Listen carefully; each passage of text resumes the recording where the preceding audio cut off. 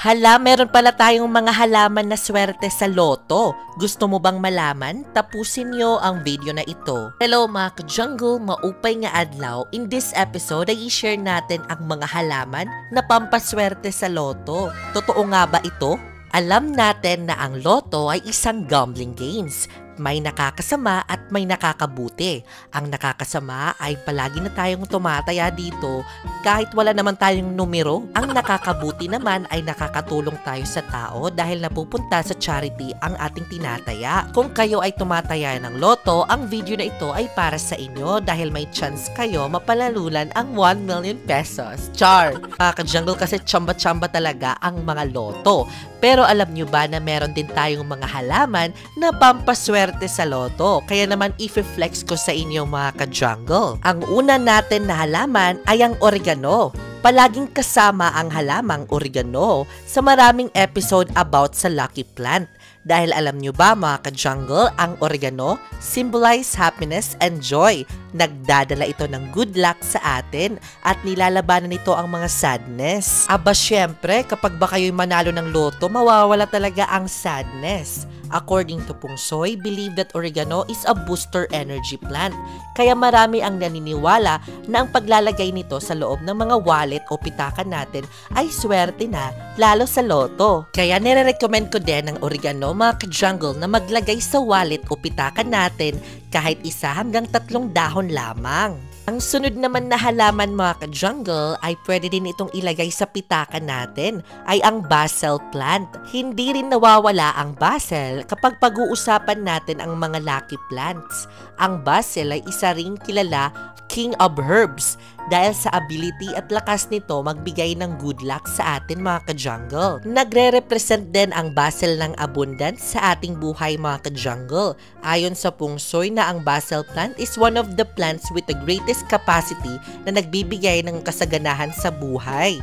At sa karagdagan, nagtatakwil din itong mga negatibong enerhiya dahil ang basil ay isa sa mga ginagamit sa ritual para sa prosperity, fortune, and good luck. Kaya ano pang hinihintay niyo mga ka-jungle? Maglagay na kayo nito sa pitaka ninyo. Baka ikaw na ang susunod na manalo sa loto. Baka naman, balato dyan.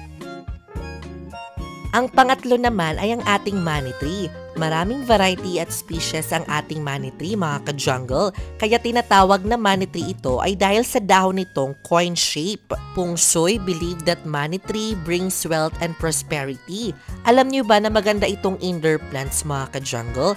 At according to Feng Shui, ang perfect location or place nito ay malapit sa bintana na mabilis masinagan ng araw facing the east, west, or south. Ang money tree natin mga ka-jungle ay nag-create ng financial good fortune, kaya nire-recommend ko din ito na mahilig tumaya sa loto. Ang pang-apat naman mga ka-jungle ay ang money plant. Ang money plant ay walang masyadong pinagkaiba sa variety species nito na parehong maswerteng halaman pagdating sa financial luck. Ngunit mga ka-jungle, ang example natin sa money plant ay ang golden pothos. Kasama din sa lucky plant ang golden pothos mga ka-jungle. Ang money plant o pothos ay kilala nagdadala ng kayamanan at swerte sa bahay at tumutulong sa pagtagumpay ng mga financial problem or obstacle. Ang money plant ay may ability mag-purify ng natural air habang sinasala nila ang mga lason mula sa hangin. Ang money plant natin mga ka-jungle ay low maintenance lamang. Sinasabi na ang pag-aalaga ng money plant sa loob ng bahay ay nakakatulong upang makamit ang tagumpay sa kapwa, personal at professional na larangan.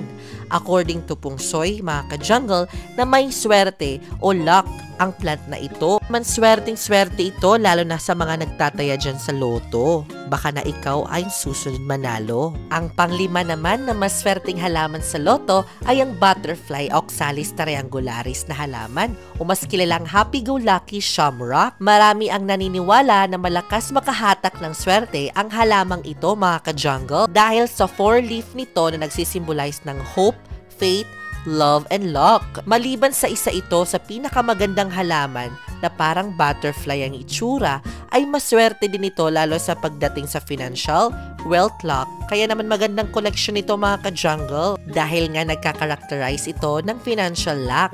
Magandang ito ilagay sa bright room na medyo malayo sa sunlight mga ka-jungle dahil nagbibigay ito buhay loob sa ating tahanan. Low maintenance lang din ang Oxalis triangularis natin. Siguro nga kapag meron kayo nito pag namumulaklak, swerte kayo kapag tumaya kayo sa loto. Ang sunod naman na halaman ay ang ating mga croton plant. According to Feng Shui, kapag nasa tamang lokasyon at good care ang mga croton plant, ay nagbibigay ito ng good energy sa atin, lalo na sa tahanan.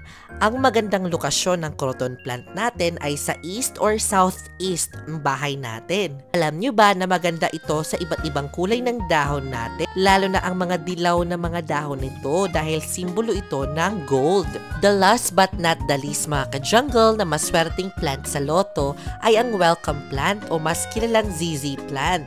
Ang mga welcome plant natin ay nagre-represent ng glint of gold dahil sa shiny leaves nito.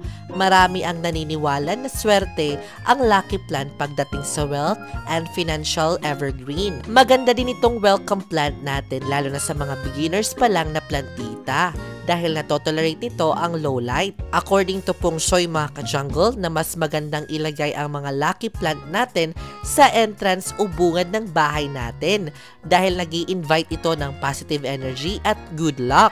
At para naman sa wealth or financial luck, ang mas magandang ilagay sa southeast corner ng house natin mga ka-jungle dahil yung kino-considered ng Feng Shui na wealth corner ng bahay natin. So ayan na nga mga ka-jungle ang mga halaman na pwede mong alagaan kapag kayo'y mahilig tumaya sa loto. Disclaimer lang mga ka-jungle, hindi ko kayo ini-encourage tumaya ng loto.